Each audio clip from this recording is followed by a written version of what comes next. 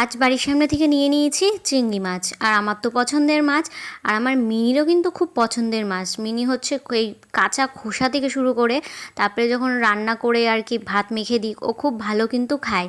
আর এই যে একটা টপ করে পড়ে গেল আমার হাতের থেকে, আর মিনিও সেই সুযোগে নিয়ে খাওয়া শুরু করে দিল। আর মিনি কিন্তু আজকে খুব খুশি আমার মতন।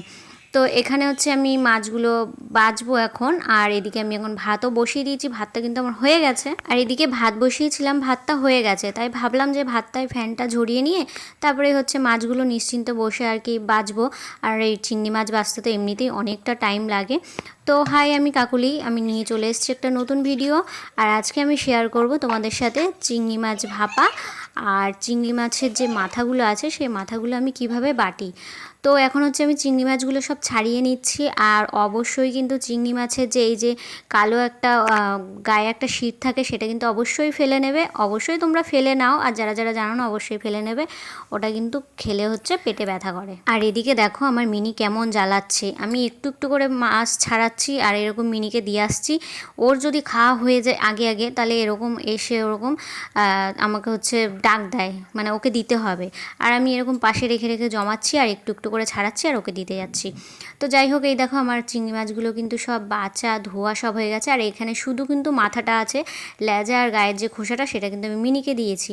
আর এদিকে আমি গাটি কচু আর আলু কেটে নিয়েছি। গাটি কচু আলু দিয়ে চিংড়ি মাছ রান্না করব, আর চিংড়ি মাছ ভাপা করব। আর ওই যে মাথাগুলো আছে ওগুলো কিন্তু আমি বাটবো। তো কিভাবে করব না করব সেটাই শেয়ার করব। তো এদিকে আমি নুন আর হলুদটা এখন মাখিয়ে নিচ্ছি। এদিকে কড়াইটা বসিয়ে দিলাম, দিয়ে আগে আমি চিংড়ি মাছগুলো ভেজে নেব। তারপরে আমি গাটি কচু আর আলুর তরকারিটা করব, তারপরে কিন্তু আমি ভাপা করব। আর চিংড়ি মাছ যেহেতু আগে ভেজে নিতেই হবে, কারণ গাটি কচুতেও যেহেতু দেবো ওর জন্য।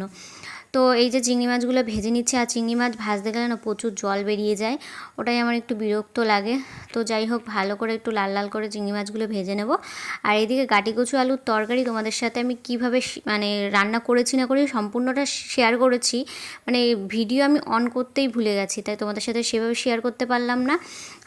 ওর মধ্যে হচ্ছে আমি কিছুই দিইনি, হলুদ লবণ আর হচ্ছে একটু জিরের গুঁড়ো আর লঙ্কা চিড়ে দিয়েছি। আর হচ্ছে তারপরে একটু ভাজা ভাজা করে জল দিয়ে আর কি ফুটিয়ে চিংড়ি মাছগুলো দিলেই হয়ে যাবে।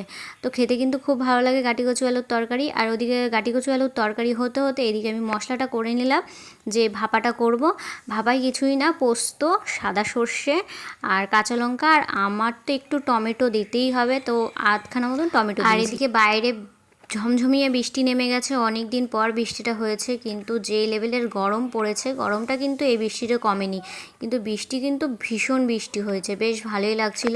মানে সেই সময়টা একটু ঠান্ডা ঠান্ডা প্রকৃতি হয়ে গেছিলো, কিন্তু খুব একটা ঠান্ডা হয়নি।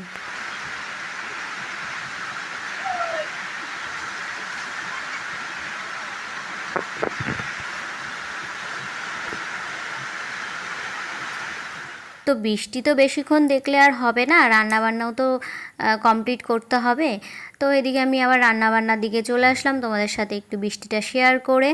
তো প্রথমে আমি কড়াই দিয়ে দিলাম তেল, তারপরে দিয়ে দিলাম ওর মধ্যে কালো জিরে। তারপর কালো জিরেটা সামান্য একটু ভেজে নিয়ে তারপরে হচ্ছে আমি মশলাটা দিয়ে দেবো। আর মশলার মধ্যে কী আছে না আছে তোমাদের সাথে তো আগেই শেয়ার করে দিয়েছি, বলেই দিয়েছি মশলায় কী কী আছে।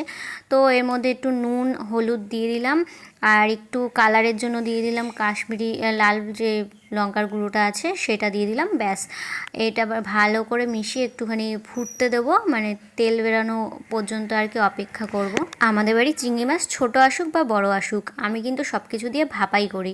আর হয়তো একটু কচুরলতি করলে কচুরলতি বা পুঁই শাক করলে ওতে দিই, কিন্তু যাই করি না করি এই ভাপাটা কিন্তু আমি করেই থাকি, কারণ এই ভাপাটা আমিও ভালো খাই, আমার বড়মশাইও কিন্তু খুবই ভালো খায়। আর ছোটো মাছ হোক আর ছোটো চিংড়ি হোক আর বড় চিংড়ি মাছ যে সবসময় নারকেল দিয়ে মালাইকারি খেতে হবে এর কোনো মানে নেই। এরকম সর্ষে পোস্ত দিয়ে ভাপা খেতে কিন্তু আমার দারুণ লাগে।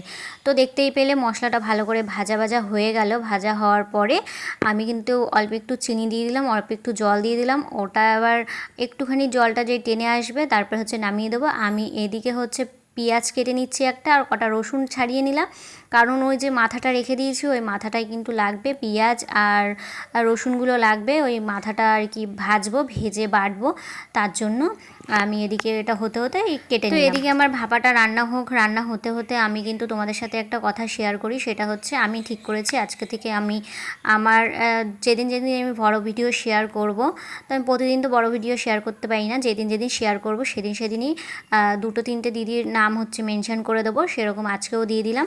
তোমরা এই দিদিভাইদের যুক্ত হয়ে যেও, কারণ এরা খুব অ্যাক্টিভ, আমাকে প্রত্যেক দিন আমার ভিডিও দেখে এবং প্রত্যেক দিন আমাকে কমেন্ট করে, তাই ভাবলাম যে তোমাদের সাথে আমি শেয়ার করি। তো যাই হোক, এদিকে আমি দেখলেই তো আমি চিংড়ি মাছটা হয়ে গেল, সেটা নামিয়ে রেখে দিলাম। এখন হচ্ছে আমি চিংড়ি মাছের যে মাথাগুলো আছে সেগুলো হচ্ছে একটু কালো জিরা, রসুন আর শুকনো লঙ্কা দিয়ে নুন হলুদ দিয়ে একটু ভাজা ভাজা করে নিচ্ছি। ভাজা ভাজা করে নিয়ে তারপরে কিন্তু আমি বেটে নেব, সুন্দর করে মিহি করে বেটে নেব। আর এই যে বাটিতে বেড়ে নিলাম, একটুখানি ঠান্ডা হলেই তারপরে কিন্তু এই যে আমি এখন বেটে নিচ্ছি সুন্দর করে।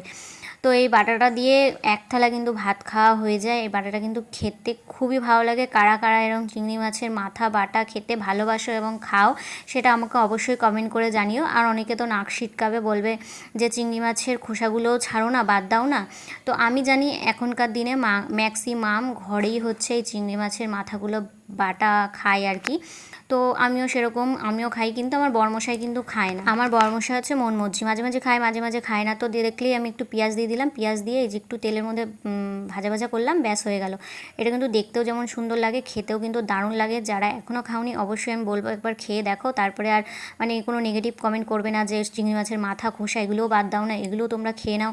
তো এই কমেন্টটা আর কাউকে আশা করি করবে না। তো যাই হোক, ওইদিকে আমার রান্না বান্না সব কিছু কমপ্লিট। এখন হচ্ছে এই বাসনগুলো মাজা ধোয়া করে নিচ্ছি, তারপরে হচ্ছে সংসারের কাজকর্ম আপাতত শেষ। আর এই ভিডিওটা আমার কেমন লাগলো অবশ্যই কিন্তু জানিও। তো আজকের মতন টাটা বন্ধুরা, দেখা হচ্ছে কালকে একটা নতুন ভিডিও।